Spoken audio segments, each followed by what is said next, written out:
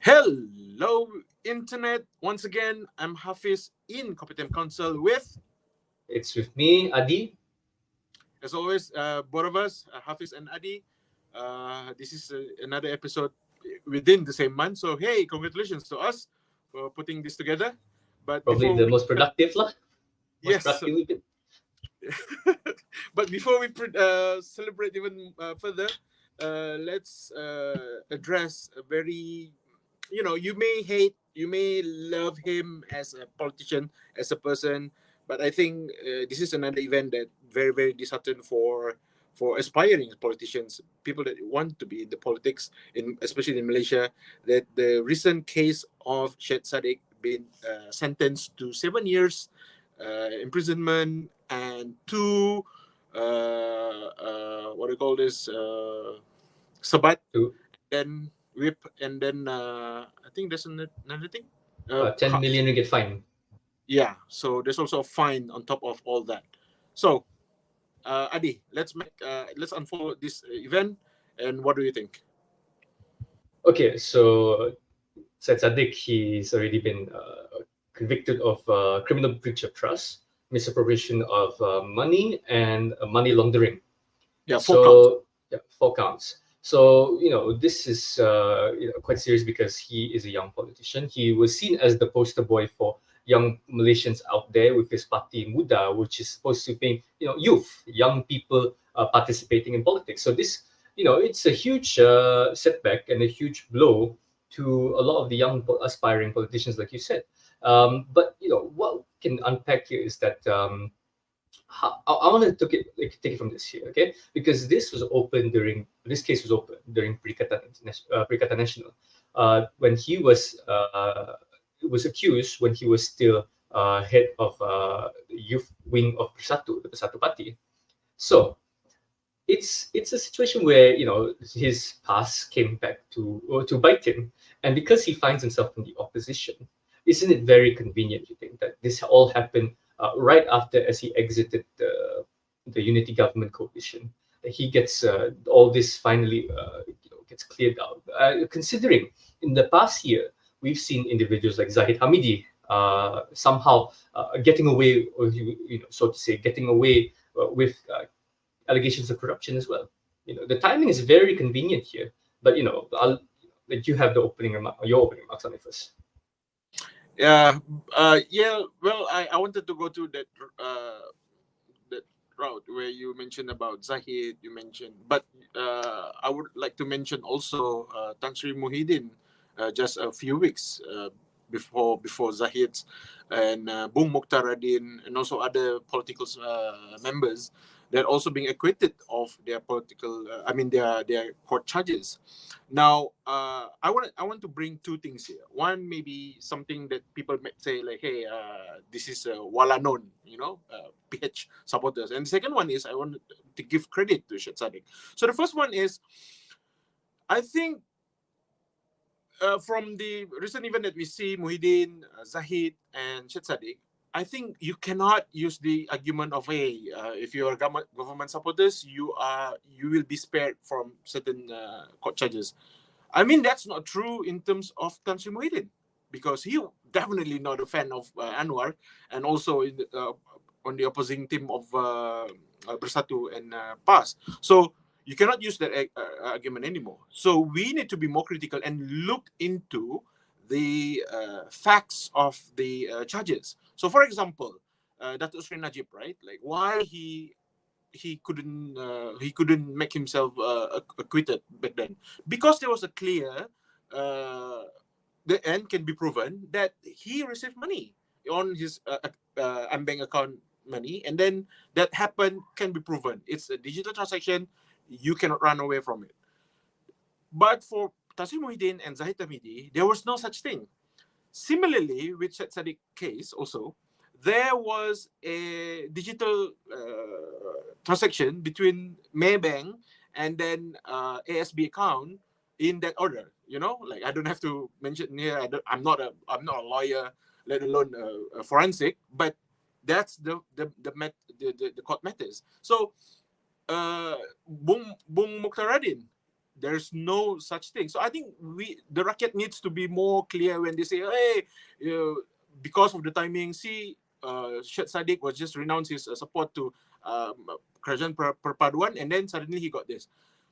I think we need to be more critical and be more intelligent than that. That's number one. Number two is, Syed Saddiq really walked his talk when he said that no one, when you are facing jail sentences, should be in the position of power, whether in the party or the government. And yes, rightly so. This is a Friday today, and yesterday he just announced that he will vacant the seats of MUDA president, and we now know Amira will be the president soon or later officially. So I think this is a good thing. This is a precedent that should be followed by any other persons, in any other politicians. If you are being sentenced to jail, come on, just be gracefully leave the scene and deal with your court case and so on. So that's I don't want to mention so much about the perception of case, because there's so many court cases last year and this year, but I want to give credit to Syed Saddiq for doing, I think, the first politicians to do so. So kudos to him. To step down from as party president, and in the face of these things lah. But I mean, you won't find any more hard to press to find politicians that will be willing to vacate their presidential party seats. The boomer president, the boomer politician, the dinosaurs, as people like to call them. But in a way, right? How you already mentioned the similarities between Najib Razak and Syed Saddiq's cases, that there's a transaction into a personal bank account. So from Najib's case, there's already a precedent set here that donations are for the sake of party funds set into the personal account. That's already a red flag as well, because if you do not notify your party, I mean, if you receive a donation for your political party, then the political party needs to be made aware, right? So I don't know what you can attribute this to on Syed Saddiq's part, but nonetheless, right, this sets a very strong message, like to young politicians. It sets a very clear precedent as well, is that you cannot be, if you want to engage in this kind of career, you cannot do things hanky-panky. Of course, some people might get away with it, but as younger politicians, there needs to be a stronger standard of integrity and how you conduct yourself, which I think Syed Saddiq has been able to set a very good example, set a very high bar for incoming politicians. It's just that we need to now, young politicians need to learn from him. But because he already has a stay of execution pending an appeal to his case. Okay, so the question here is that this would be quite. I don't know how I'm going to see the Sabah state elections coming forward, because we have a MUDA Sabah here. So now that with new president, new leadership, will MUDA come towards a reorientation of its values, of its objectives, of how it conducts things, or will we see more or less things go on as usual? Because MUDA is quite still a relatively new party. It's still trying to find its foot in the sand. I mean, if it can find its footing, it's still trying to find a way. What does it want to do? How does it want to progress forward? How does it want to capture more voters and supporters? So it'll be interesting to see with the vacating with a new party president. How would it affect performances in the next next election, particularly Sabah? Because rumors about that state elections might be held very soon. I think as long as because the state of execution still looking at the appeal, the next two courts, he has next one the appeal court of appeal, and then federal court. That's gonna be like according to based on Dato' Najib's case, maybe 1 or 2 years. So I think Amira has 1 or 2 years of transition if the worst case scenario ever happened to Syed Saddiq. So I think in this situation, Syed Saddiq, of course, can doing a lot of behind the scene, but Amira will be the front face of MUDA now. But I'm sure they will make decision collectively as what happened just previously. So I don't think a lot of gonna be alignment changes gonna happen. But yeah, it's remain to be seen because hey, once you're in power, it's gonna be a different scenario, you know. Yeah, exactly. And I think I just want to add one more is that when it comes to let's say, because we have to examine this as well. Muda, right? A lot of Muda's how do you say popularity, right? We can attribute this as well to a lot of Syed Saddiq's popularity. Both of them are very intertwined with one another. It's hard to insulate Muda's popularity from Syed Saddiq's popularity. Is the brand is very intertwined with one another. They overlap with one another. It's so I just want to see how will it play out, considering that now that this has happened, I'm sure that Syed Saddiq will have his hands full in trying to maintain his, with the Court of Appeal. At the same time, still having to manage his kawasan. At the same time, getting his house in order, basically, throughout this whole ordeal. At the same time, Muda will also have to find a way to get its house in order moving forward. So it's hard to. I would imagine like how would Muda go forward knowing that okay, we have to start thinking what would the party be like without Syed Saddiq? How can the party have what's the succession like how succession later on be like? How would the branding of Muda be like later on? So these are very interesting questions to see how Muda as a party will evolve. Because of course they've tested themselves through the past few state elections and national general elections. But now, it's the you not really tested until how do you say a member has been accused in cases such as this, right? This is a very good test of how to see how Muda itself reacts and how does it take on leadership qualities in the absence of, let's say, someone that has founded the party, who has been instrumental in cultivating the party image as well. So I want to see how Muda would evolve from here on. I think we should look at this at the perspective of opportunity for Amira to step up to the limelight, because before this, like you said, Syed Saddiq and Muda is intertwined with each other. So I think Amira has a really good opportunity here. Muda, I don't know, last time I heard, has 400, I think, what, 800,000 members or something like that. Now it could be more. So Amira could use this to leverage on, because in politics, hey, once people leave a vacuum or something, if you don't feel it, other people will do. So it's either Amira or other people in top leadership of MUDA will do it, or people who recently got X from their political party, people like Terry Jamaluddin, people like Sharif Hamdan, or from other PKR or whatever party, could just jump into the MUDA ship and then be the captain. That would be a worst case scenario for Amira. But if Amira can stand her ground for the next 1 year, I think she has a good chance to be the leader for MUDA. And all the best for MUDA going forward to general election as well. Yeah, definitely. The more political parties that represent different demographics, the better. To be honest, it's a representative democracy for a reason, right? So yeah, I really do hope that MUDA can find its footing here.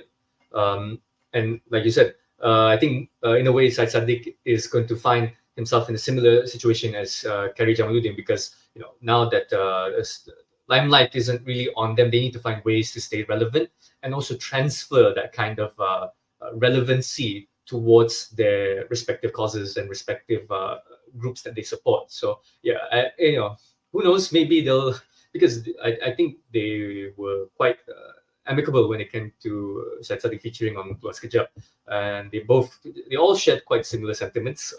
Who knows? Maybe there will be a team up of, I don't know. Maybe in an ideal scenario, a team up who crossover like that. But anything can happen in politics.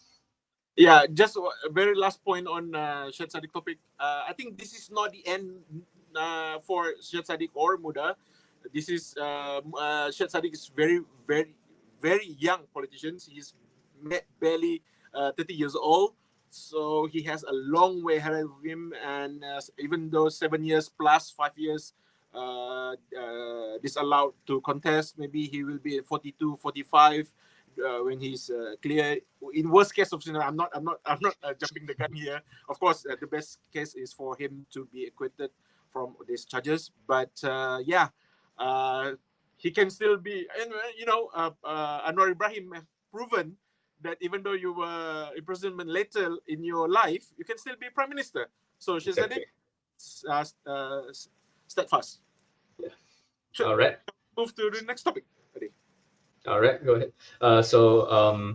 Okay, since we're talking about what is going on in terms of Malaysia, I think we should consider what is still happening across Malaysia. So, now it's almost been a year into the premiership of Dato' Sri Anwar Ibrahim, and there's a lot of talks about how he's trying to make sure that Malaysia, in terms of the ringgit, is competitive and is a viable currency worldwide vis-a-vis the US dollar. So there's a lot of the discussion going around with how the Malaysian ringgit's relationship to the US dollar. What do you think of its performance so far, Haffiz? Well, I'm not an economist, but this is most people would know that currency, all of this are external factors. Yes, there are certain like the fundamentals that the economy, GDP, the economy growth and whatnot. But when you have one country, and this country is one of the biggest economy in the world, United States of America, raising their interest rate to a whopping 6 point, it's no brainer for the investors to just like, hey, I'm just gonna go to the Uncle Sam that's gonna give me more dividend to me and my team. So it's not gonna be lucrative for the investors to invest in Malaysia to buy a lot of ringgit in the market. So there's gonna be abundance of ringgit in the market. But this is also a good opportunity because we are exporting countries. We are almost, I think, in the top 3 for semiconductors. We have a lot of factories in Penang. So this is a good opportunity for us to even export more, to increase the volume that we've been exporting to the world. And another point on here that I want to say that it's almost for the rakyat, it is something that not directly gonna direct. Affecting us. So not so much that we need to worry about how ringgit perform against US dollar against other countries, because a lot of other countries as well in this region performing very very bad, because we are all up against the American dollars that really going strong, and as I said, high interest rate. So Thailand also even doing even worse than Malaysia. Singapore a bit better, but other countries, Indonesia or other, especially in the region, even Japanese yen also doing very very bad. So not so much of a worry needs to be for daily basis or daily consume products or activities.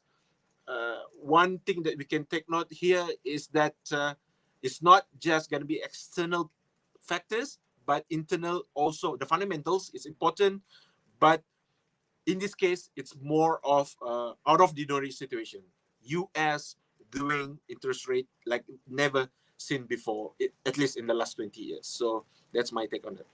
Okay. So I think I just want to, I mean, I guess I'm also not an economist as well, so I'm not too sure on the fully 100% sure on the fundamentals, but I know every single year this kind of conversation gets brought up, and there's always a variety of perceptions when it comes to the ringgit's performance to, let's say, the Singapore dollar or the US dollar. We like to compare, the exchange rates as a barometer of whether or not our economy is doing well. But I want to say that every year it's always like either going up or going down. Okay, I'm just gonna go back to when 2016 is that when it comes to, I think it was the Malaysian ringgit wasn't performing as well, and then a lot of people blamed it on the administration at the time, and then for this year we saw the US dollar exchange rate was 5 ringgit to $1. Now it's dropped to at least 4.6, and a lot of analysts says that it's going to remain steady. But these I always felt like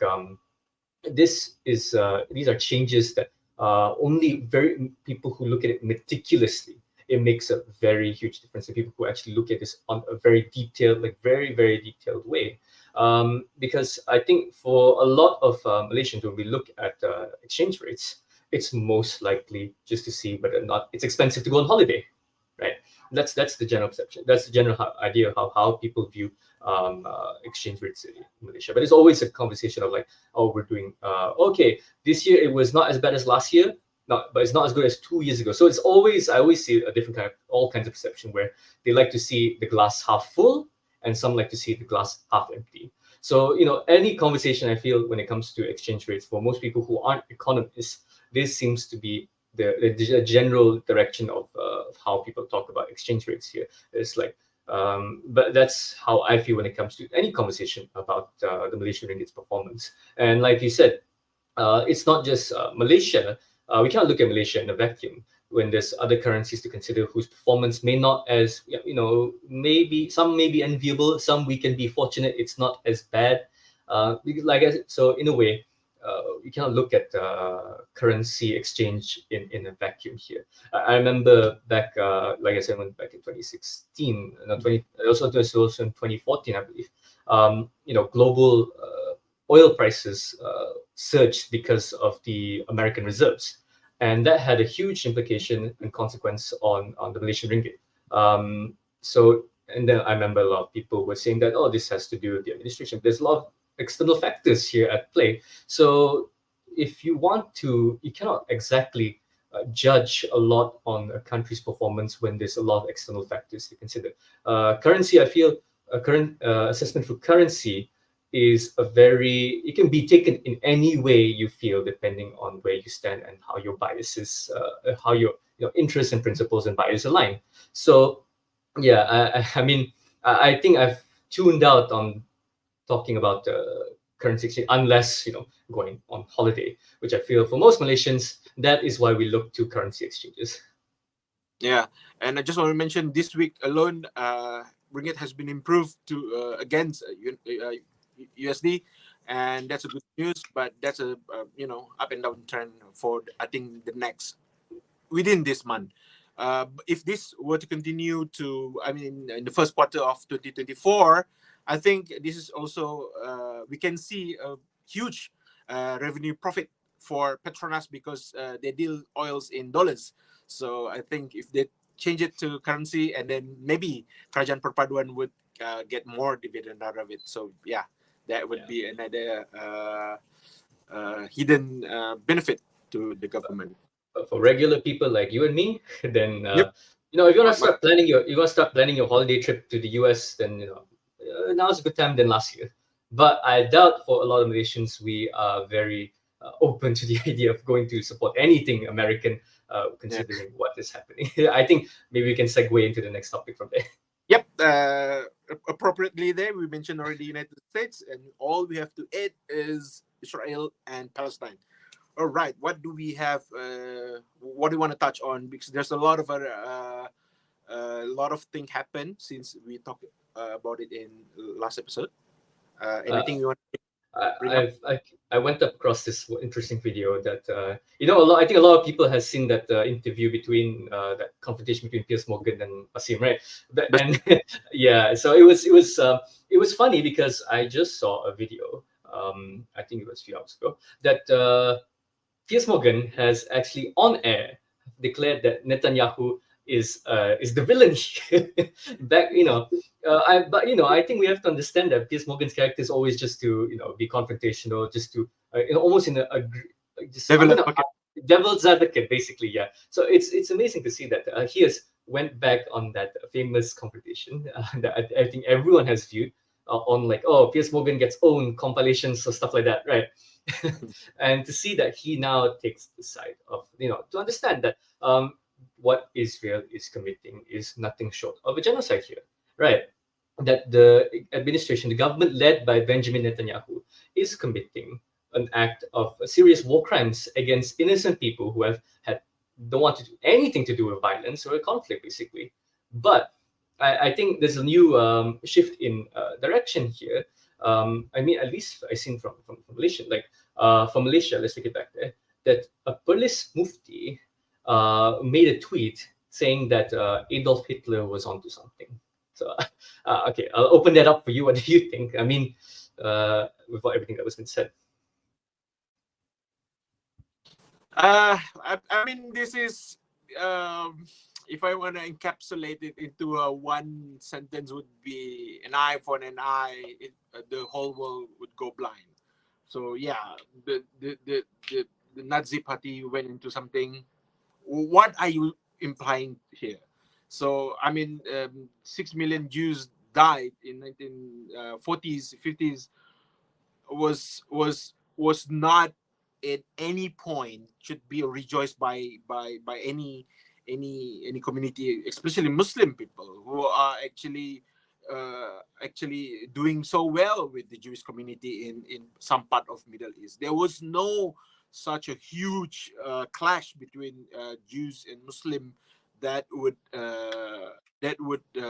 resulted in 6 million of Jewish people die.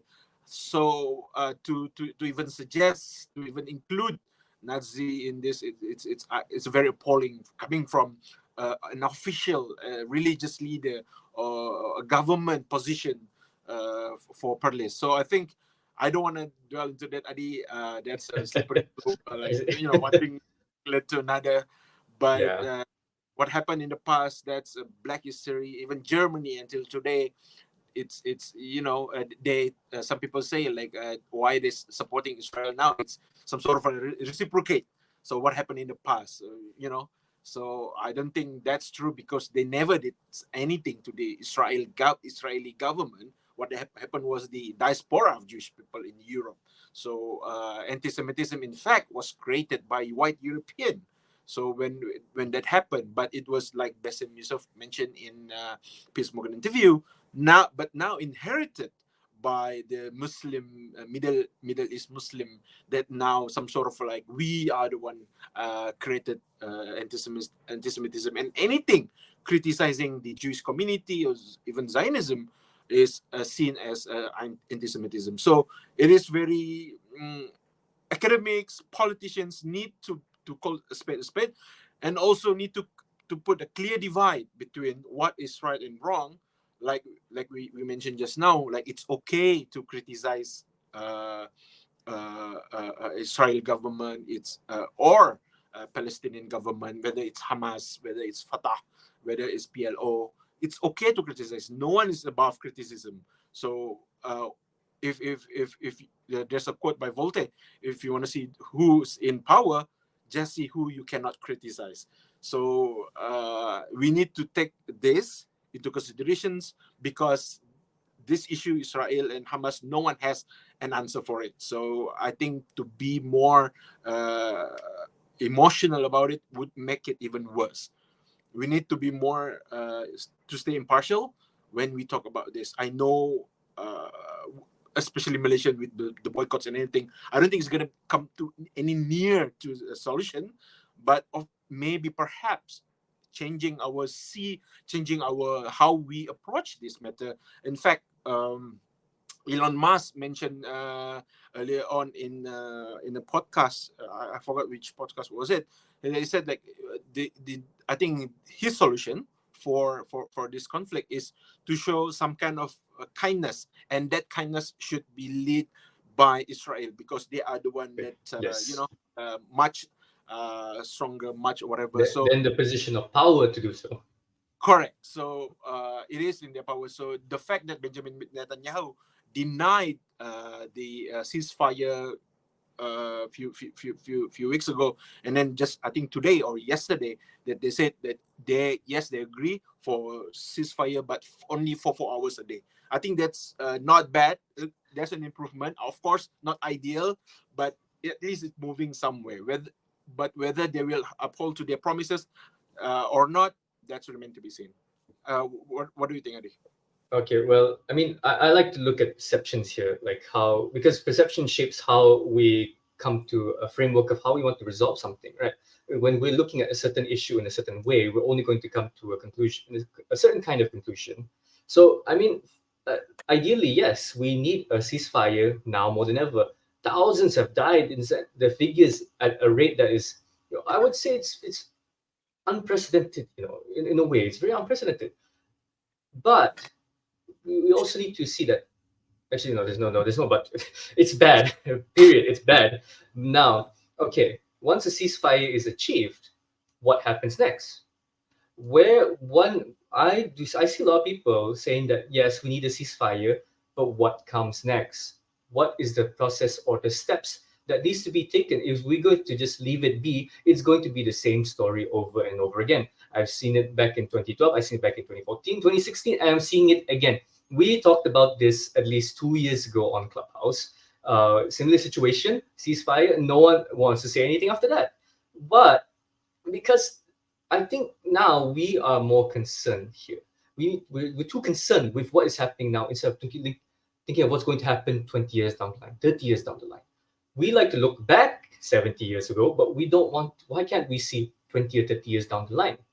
Where is the solutions for, let's say, for a one-state solution or two-state solution? Ideally, the two-state solution, where you go back to negotiating tables here. That is the ideal situation that we need to call out for, is that there needs to be a negotiation here between Palestinian representatives and the Israeli government, that they can finally live together. Okay. And I think this is because of this, we're just so muddled here in the idea, like, okay, you say that anti-Semitism is a European construct. I do agree. And I think we as, a lot of developing countries are victim of, this whole westernization of mentality. I think we've also inculcated some level of anti-Semitism here. I have to admit that Malaysia, we do have an issue with anti-Semitism here, because after that police mufti said whatever he said, there was a lot of backlash. But I've also seen a lot of people saying that, oh yes, onto something. Someone was onto something. Austrian painter was probably right, or right about something, onto something. Like I said, Muslims, Jews, Christians have lived together. It's promoted that and encouraged that we tolerate one another. The Constitution of Medina is strongly encourages that the Jews and Muslims work together and live together. So I don't think that precipitating anti-Semitism is the right way to go forward. If not, if you look at that video in Dagestan, where all these Dagestani people, they were storming an airport to look for Jewish people, to confront them, or even and then they stormed a hotel because they overheard that Jewish people were living there, were staying there. Okay. So, but their justification was that this, airport, there's a flight from Tel Aviv coming, so they went to try to identify everyone that is a Jew. What their plans were, it's up for you to speculate what they're going to do. But what I'm trying to say here is that, okay, 2 points basically, because I think I went off tangent there.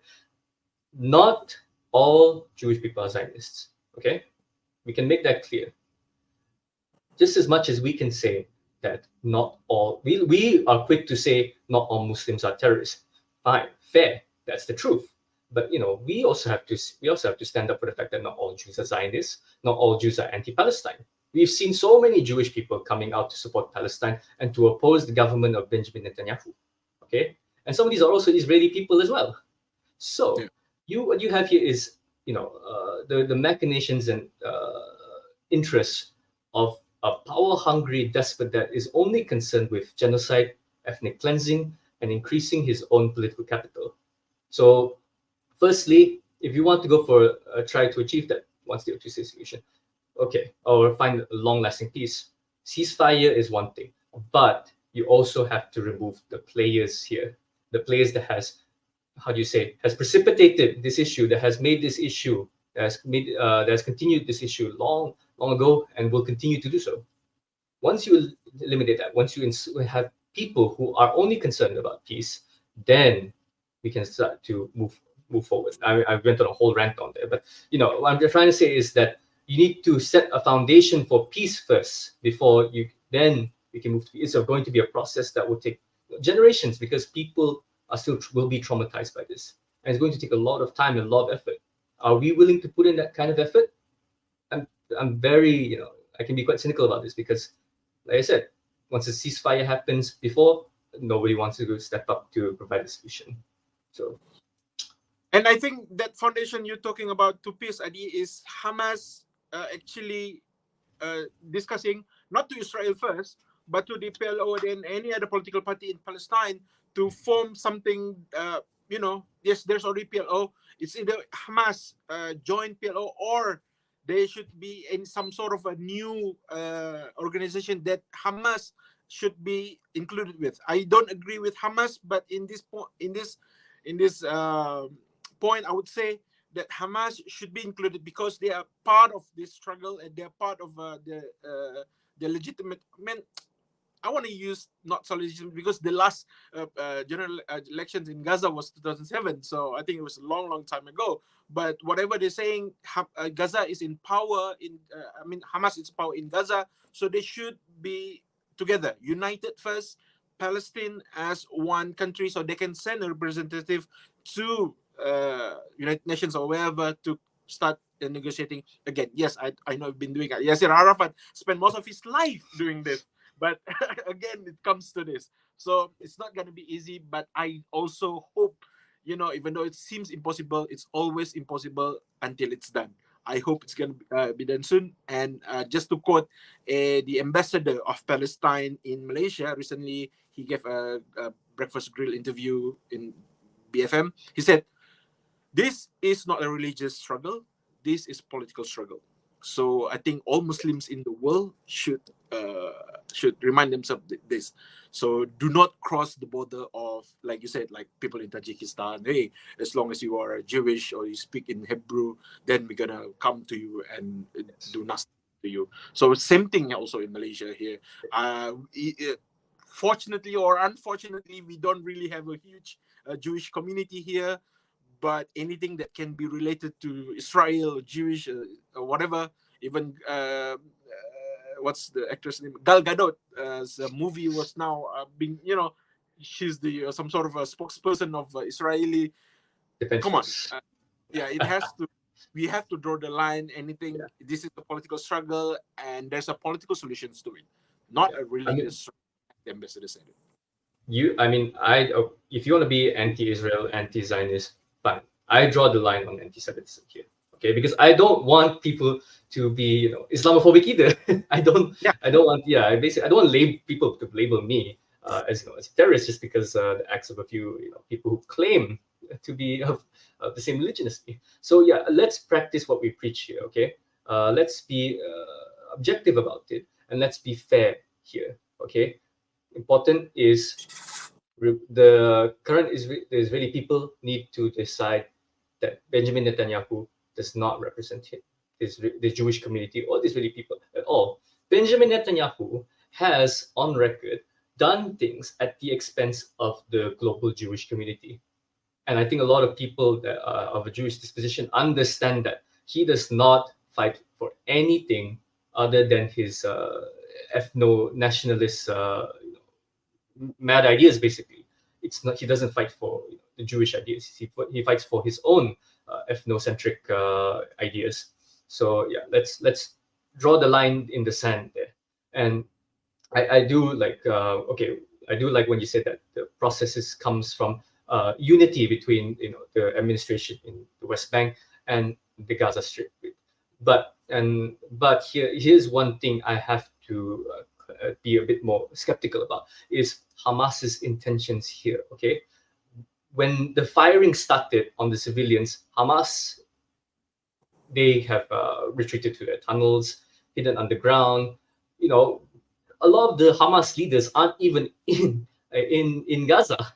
They're living in their five-star hotels, in their mansions in Qatar, all multi-millionaires that are, get do things which, if it's committed, it's corruption basically. Engage in corrupt practices. And like you said, the elections for the Gaza Strip hasn't happened since 2007. We don't know the people's mandate at all, of the Palestinian people. So it's Hamas here. We have to call it as it is as well. all the aid that has been sent from Egypt into the Gaza Strip, Hamas charges you a 20% tax. They charge 20% taxes, which they keep. A lot of the top is Hamas officials on record, multimillionaires, and they live very lavish lifestyles. What the money that is going to Palestine, right? This is the one biggest fear I've always had, is whether or not the money that's being sent actually really goes to helping the citizens, the Palestinian people. So something to think about when it comes to who's like, don't associate. We cannot associate Hamas 100% exactly with Palestine, the aspirations of the Palestinian people. We need to reestablish what is it, who represents really the Palestinian people in Gaza Strip. The West Bank is a bit more obvious, but they also having their own problems. They also have curtailed any kind of democratic freedom of expression of the people Palestinians living there. So we need to find out first. Then we can think of what kind of solution can we go forward. At the end of the day, ceasefire, then find a way to facilitate the peace processes. Yeah, like I mentioned in the last episode, Benjamin Netanyahu and Hamas should be brought forward to the National Court of Justice for all the war crimes that they committed, and as well, not to mention the corruption happened. If you say corruption in part of Hamas, I'm sure the same thing happened with Benjamin Netanyahu. Of course. So these are the two sides that we need to bring justice, and at the same time, let's redo general elections in Israel and Palestine together, and then we pick a fresh leaders, and from then now on, because I don't think Benjamin Netanyahu wants peace as well. So we need to clarify that this guy is a villain. This guy's a villain. He's evil. So we need to find someone. I don't know, it's something from the far right conservative Israeli party, Likud or whatever. As long as it's not Benjamin Netanyahu, I put my hope on it.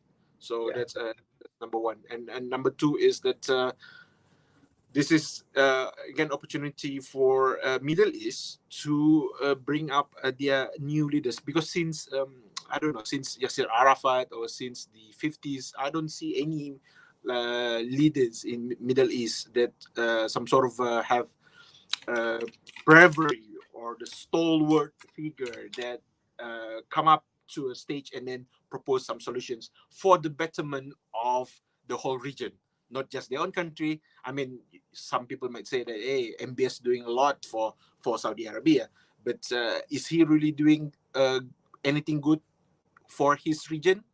That's a questionable statement. How about Qatar, with all the resources they have? Are they ensuring peace, not just in their strait, but also on the other side, where Egypt side or in Palestine side? So resources are there. What's remained to be seen, actions from leaders from Middle East.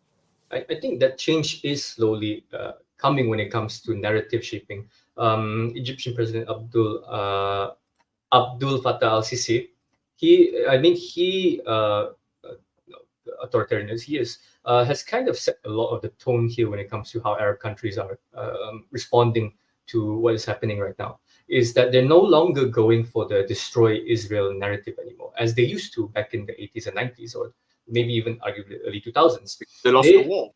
They lost the war. Okay, and these are countries that did lose the war, that kept taking a lot of losses, but they've transformed the narrative as well, from one that's we need to destroy Israel to one that we need to find peace, we need to find a resolution for both for this conflict. So they're kind of de-radicalizing, so to say, the narrative of how to tackle this issue here.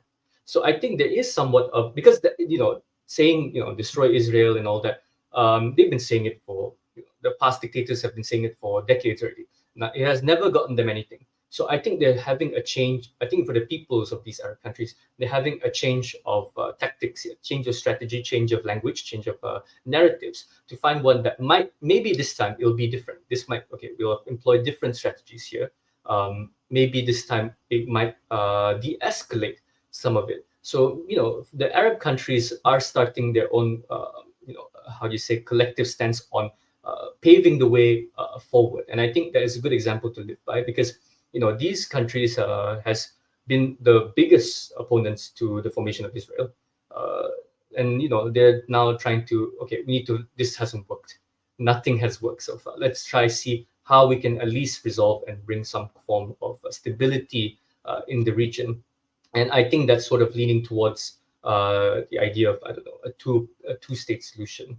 So like I said, these are things that don't happen overnight. These things that has to be cultivated with a lot of good will and good intent from all parties involved here. That everyone, if you want peace, everyone has to be on board here. Yeah, I think I want to reiterate Elon Musk said the kindness. I think that's the word kindness. It's not just between Israel and Palestine, but also the whole world community towards these both sides, to Israel, Muslims, especially to Israel, and the Jewish or non-Muslim to the Palestinian. Yes. Palestinian. Exactly. So kindness first, and then it's a good solid foundation to world peace. The only kindness I think we should hold back is any kindness for Benjamin Netanyahu, who is not just an enemy of the Palestinian people, but an enemy of humanity. Yeah, for what he have done. Yep. Yeah. Okay. So I think enough of that. So We don't want to yeah, go that's one whole hour like last time. Israeli-Palestine conflict for you. Mhm. Uh, moving on to next one. Shall we talk about Singapore first or Indonesia? I think We Indonesia. going back to our region. Indonesia, because we did talk about Singapore, so Indonesia.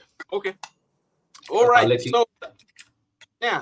So the presidential candidate and vice presidential candidate, Chapres and Wachapres. So it's been nominated for the last 3 weeks now. And latest survey just come out today from Compass.com that Prabowo and Gibran got around 40% approval rating. The next one is Ganjar and Mahfud around 30%, and then Anies Baswedan with his I forgot his Wachapres, they got around 24%. Adi, is this something that gonna translate into a victory for Prabowo and Gibran? Well, the thing is that Jokowi has put Prabowo and Ganda as potential successes in the past few months, right? And then suddenly he does a quite, I would say, a shocking move in putting someone closely related to him. It's never a good, how do you say, precedent when you put dynastic interest. You provide that image that dynastic interest is for the forefront here. I thought the point of Jokowi's succession was to have a smooth transition towards leadership that will continue his policies of, let's say, moving the capital city of Indonesia from Jakarta to Nusantara and Kalimantan. So this kind of, how do you say, um, shocking move, I would say, could potentially put that up in could jeopardize it. Of course, the relocation is already formalized in the constitution, Indonesian constitution, but this sets a very, how do you say, ambiguous or even confusing messaging here. So if you're going to alienate people that was put up first as potential candidates, it's like, okay, for example, I say that you're going to I say, okay, you're going to become the next prime minister of Malaysia, right? So long as you help continue my good work, right? Next thing I know, I put someone else in the last minute, right? You would feel a bit upset, wouldn't you? And you would feel that everything that I have done, all the work that I've done, it doesn't matter to you anymore, right? It's that I'll be very it's a very, yeah, very bitter, to the point that you might not even continue my legacy, right? Continue the consistency of the work, because they say, oh, there's just a legacy of one person and one family, right? So that's the kind of perception I feel, and I don't think I'm alone on it here. So far there. Yeah, a lot of people question also Gibran legitimacy as the Water Press, the vice president candidate. So this is a sentiment that come from Jokowi supporters as well, from the Jokowi's base. So this is something that the analysts would see to erode Djokovic's whatever landslide victory that he got in the last two general elections that he contested in. So I have a fear that it might, even though they're still leading according to Compass, people may criticize, oh, Compass may be a small sample size, but it's a national news. So I think the sample size is quite big, but still it doesn't tell the whole story. It might be done in Jakarta alone or whatever in the metro areas. But interestingly, what the Muhammadiyah and also what's the other Islamic religious, the biggest one? NU, Nadratul Ulama, also says support around 40% from this organization alone. So when you have a enabler like NU and Muhammadiyah to support you, I think you are good. You have a good, solid foundation there. But what also I'm afraid of is that Gibran has been, it's like a bad taste to the whole equation. So Gibran also, like, he's now the mayor of Surakarta, aka Solo, which is where the family came from. But apart from being a mayor of Surakarta, which we know why he became mayor during his father presidency, it doesn't give him a lot of weight in terms of Yeah. what are we going to talk about Gibran. Apart from that, when we talk about other people, there's a lot of other things that can be said and done. So this is another double-edged sword. Yes, you are young, you are somewhat got the you write your father's majority, but at the same time these other people try to question your credibility and whatnot. So Gibran here could jeopardize Prabowo's run for presidency, just like what happened to Prabowo and what his running mate last time, the Sumatran guy, now also Ministry of Tourism, yeah, whatever his name was. So clearly, Prabowo needs to inject more charisma and make it this run for himself. He has a bad past in terms of his bad political move or military move in 1998. So a lot of people in 98, if you're a teenager, now you are around 40 or 50.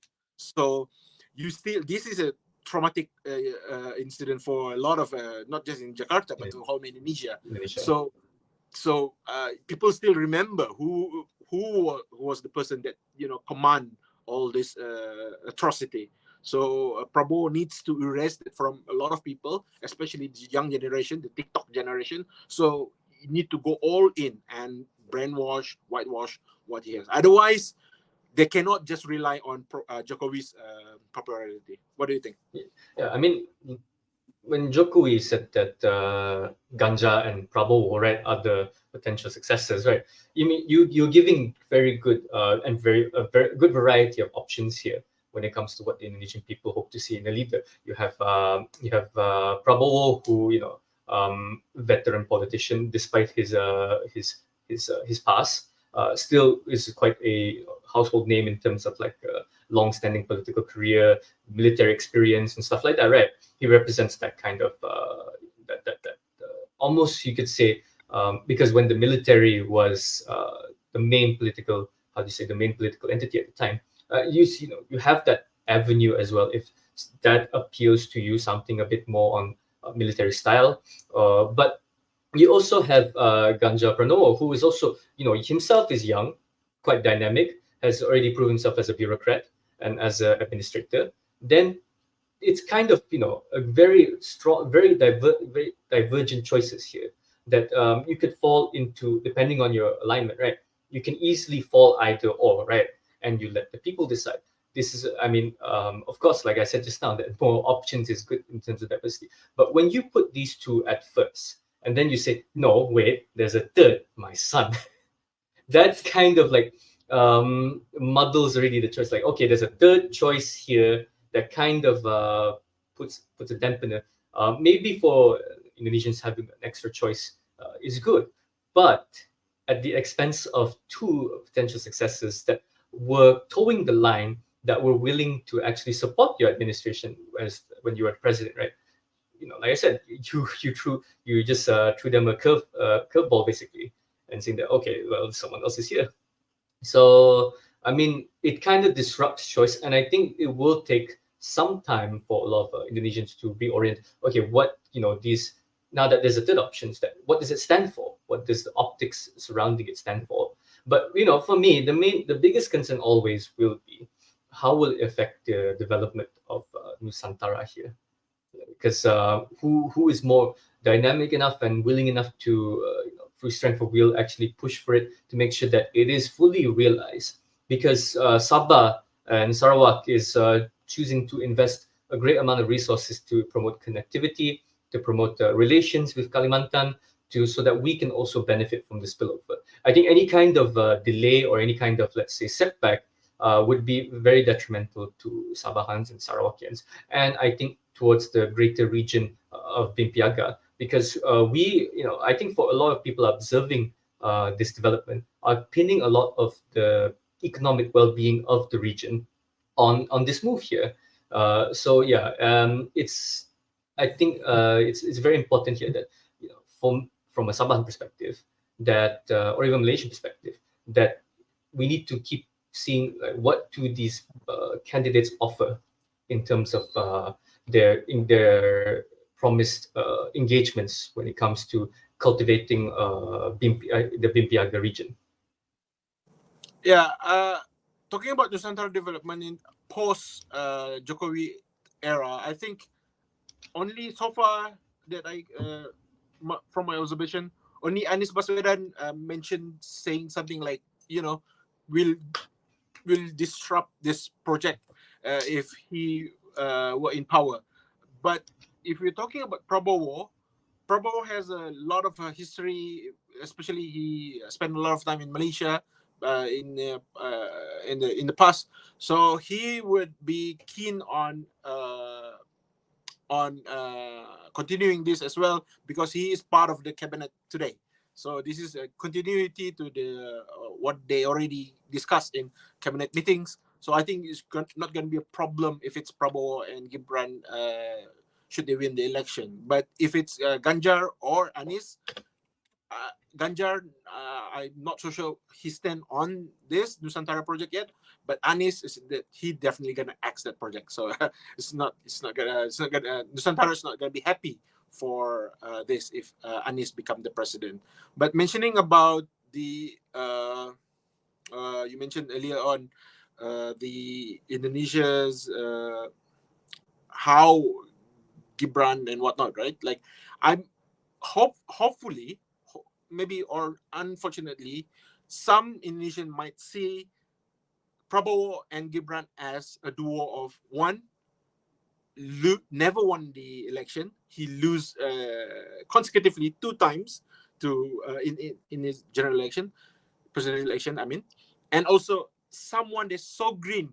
He has no weight at all to his name except his father's name. He never been to. Yes, he is now a mayor of Surakarta, but in terms of being a bureaucracy, in terms of in administrative line, he's not there for a long time. So someone very green and someone seems as a loser. So if people see this as a perception that they see, maybe Ganjar and Anies has a lot of chance here. I think things Indonesian election is always, for me, it's very, how do you say, very definitive, because it sets the tone for a massive population, a massive country. So even a smallest shift in leadership, I think, will have huge effects and ramifications and consequences on not just the region but globally as well. So this is why I think it's a very very important election. Anytime an Indonesian election happens, because like I said, it sets the tone for a massive country with great potential, especially considering how critically acclaimed Jokowi's administration has been. With Indonesia always becoming a very hot name, is very popular name when it comes to the development of countries in the third world, or sorry, not the third world, in developing countries in the globe. But and at the same time, seeing this kind of dynamic leadership, can it be?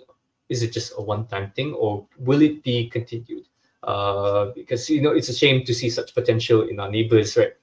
If it's not maximized to its fullest extent. So yeah, keeping an eye on how it goes, and I just hope that somehow Sabah, Malaysia, and the region can use it to negotiate or even cooperate even better with our neighbors here. Yeah, in the case of Prabowo being a president, I think Malaysia can, especially Sabah and Sarawak, I think I can see how we can benefit tremendously from Nusantara development. For the other two candidates, I'm not so sure. So yeah, let's hope for the best for Indonesia, because any good in Indonesia will spill over to the rest of the region. Definitely. Okay, speaking of Indonesian elections, I think we move on to another neighbor. Singapore has been having quite a stir as well. People's Action Party President Lee Hsien Loong has made quite a huge announcement here. Why don't you give us some context here, Hafiz? Yeah, so this week, Lee Hsien Loong mentioned that there will be a transition until today to November 2024, that he will hand it over the presidency to his successor, Lawrence Wong. So just want to give a brief background about Lawrence here. Lawrence here actually entered politics as MP in 2011, very recent, less than 15 years. And then he used to be the principal private secretary for Lee Hsien Loong. So this is, again, in the context of Singapore, this is, you can be called as a dynasty as well. These are the people that you're familiar with. This is within your circle. You become the front man. I control from the behind the scene. So definitely, this is a PAP ways of doing things, governing Singapore, which they never lose a general election since 1964, I guess. So that's tremendous achievement. You may say this is the only country in the world that authoritarian government is a successful experiment. So, so also Lawrence here is a Harvard graduate. So looking forward to have a Harvard graduate as a prime minister, one of the Southeast Asia country. Apart from that, nothing much can be said towards what's gonna happen next in post December 2024. I think Lawrence is gonna play it safe. Lawrence is not gonna dictate as Lawrence wants what he wants as a president, but more of a what PAP wants for the as a whole, Singapore as a whole. So I don't think much gonna be changed. He is pretty much in line with Lee Hsien Loong as well. Surely there will be some differences in minor things here and there, especially foreign policy for Singapore. But internally, to maintain power, I don't think the opposition even gonna have a slight chance to rule Singapore post Lee Hsien Loong time. What do you think?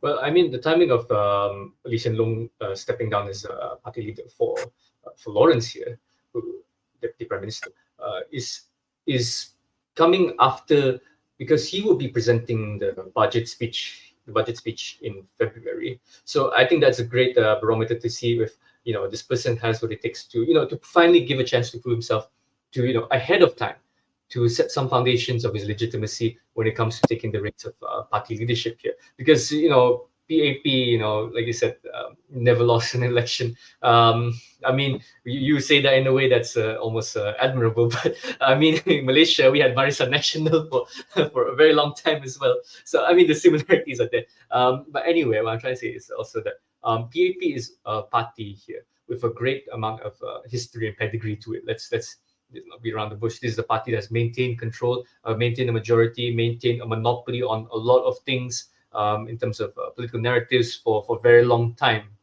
So can it's whether or not Lawrence can bring that kind of level of expected of a PAP leader, because following in the footsteps of Lee Hsien Loong, and who is also following in the steps of Lee Kuan Yew, that is a huge shoe to fill here. It's like when Pat La had to fill in the shoes for Mahathir. That's a huge, yeah. You're comparing Guppy to a dolphin basically.